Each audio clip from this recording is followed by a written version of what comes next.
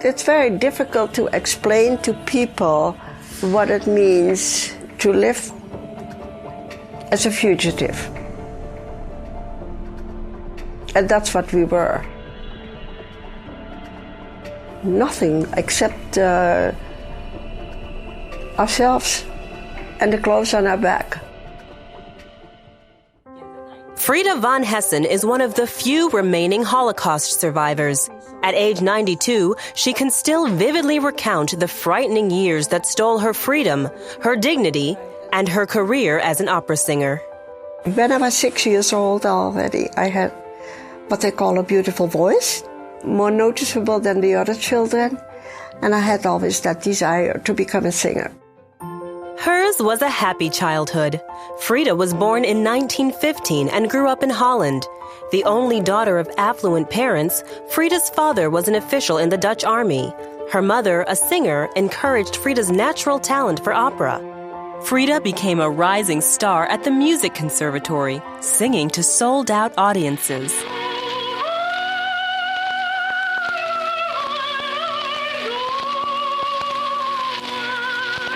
The Van Hessens were Jewish, but gave little attention to Jewish holidays or education. I never knew the story about anything, and I didn't know who Moses was. I never, ever experienced anti-Semitism until the Germans came. The Nazis imposed strict regulations for Dutch Jews. Frieda and her family had to wear the Star of David on their clothes. And as a Jew, Frieda was no longer allowed to perform for non-Jewish audiences. I had a dream about big, big black birds flying over our house, and I never knew what that meant. Of course, it was an icky dream, let's say it that way, and not very pleasant. In May of 1940, German bombs landed in the Netherlands for the first time. Overnight, Frieda's life changed from that of a concert performer to a fugitive who would be on the run for the next 4 years. In the middle of the night, all of a sudden, my brother was standing at my bedside and shaking me, and he said, "Frieda, wake up, we are in war." When we looked what was happening, those big black birds that I had been dreaming about, they came straight over our house. The Van Hessens, along with Frieda's friend Mika, escaped to another house where they hid for several days. Frieda's parents were in a different room when a car stopped in front of the house. And so when I peeked behind the curtain to see what it was, I saw this gigantic black limousine, and I saw the German soldiers with the bayonet standing next to it. And I said, "Oh my God," I said, "Mika," I said, "there's trouble, you know." The Nazis captured Frieda's parents, but didn't find Frieda or her friend. Frieda didn't know it at the time, but her parents were led to Auschwitz, the most notorious death camp where over 1 million Jews were murdered at the hand of the Nazis. The last time I saw my parents with the bayonet in the back, passing by my window, they never looked up. They were terrified to betray us, I'm sure. So they looked straight forward. And then, of course, I collapsed and I screamed. I just lost it totally. From that day until the war ended, Frieda and Mika lived in terror. They hid in 8 different locations provided by sympathetic non-Jews. Whenever they suspected discovery, they ran to another hiding place. The most fearful part of the whole thing was actually that we were 24 hours not knowing what is going to happen next. Like we were always whispering. We couldn't trust anybody. You know, you couldn't even trust family. You never knew. It could come from any side. Did you ever just feel like giving up? No. Actually, I did my exercises. I had an itsy tiny little bit of a lipstick, like a sample. I put some lipstick on every day. I did my ballerina exercises. And I wanted to look very pretty when the war was over, that I was knowing that I was going to be Frieda. And I always said, if they want me, they have to kill me because they can't get me alive. For 4.5 years, Frieda fought to survive. Then one day, it all ended. Let us pray that peace be now restored to the world, and that God will preserve it always. These proceedings are closed.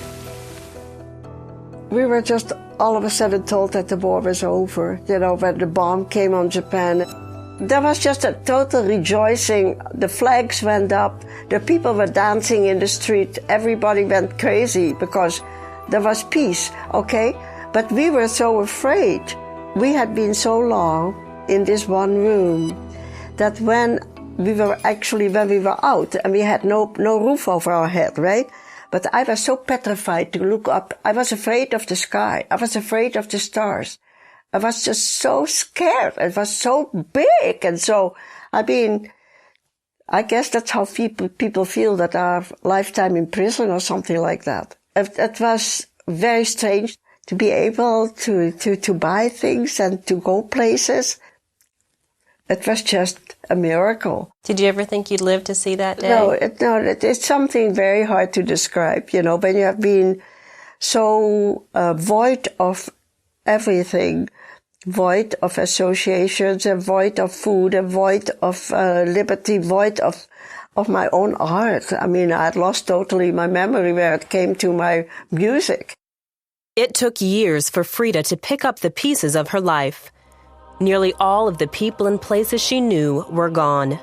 6 million Jews had been killed. This rubble was all that remained of Frieda's home. And from this family photo, only 5 members, including Frieda, survived the Holocaust. Canadian soldiers were stationed in the area, and Frieda caught the eye of one young Christian man, Keith Saunders. I thought he was handsome. Also thought he was very arrogant. The two married and planned to move to Canada. That's when Frieda's uncle made a strange suggestion. He started saying to me that I should become a Christian. And it really blew my mind. So I told him, I said, what are you talking about? He said, well, if that ever happens again, if there's going to be another war again, then they will probably do the same thing to you again. And, well, I just sat still for a minute and I said, I will never do that. Because if I change and I become a Christian, that means that Hitler won the war after all. Frieda decided to change her religion for safety purposes only. She walked into a church and asked to see the pastor. So all I had on my mind, I wanted a piece of paper, telling the people that I was a Gentile. The pastor introduced Frieda to Elizabeth, a woman from the church.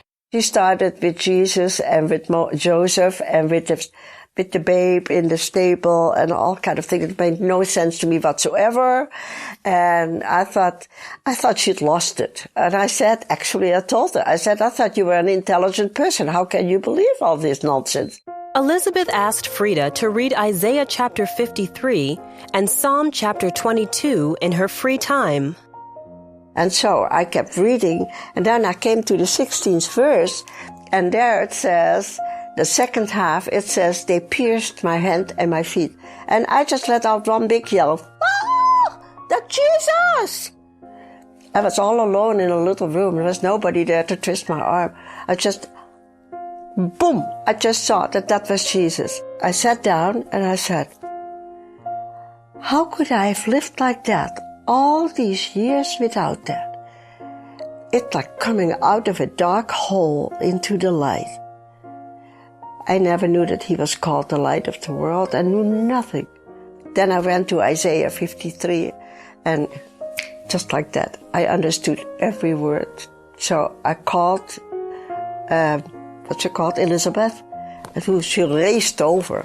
And then we went over Isaiah 53 at the 22nd Psalm, and she expounded to me more what it all meant and so. And that, I was just instantly saved, just like that. That was over 60 years ago. These days, Frieda spends her time creating beautiful paintings and tapestries. She's also the only woman I've met over 90 with her own blog. I have a blog now. I don't know what it means, but I have it, Frieda says that she forgave the Nazis a long time ago. Her prayer now is for the Lord to use her experiences in life to share the power of His transforming love. When I went for the first time to Israel in 1987, that's all I asked the Lord, that to be a servant, and so He has answered my prayer. He has made me a servant, telling people about all the miracles that He has done and is still doing.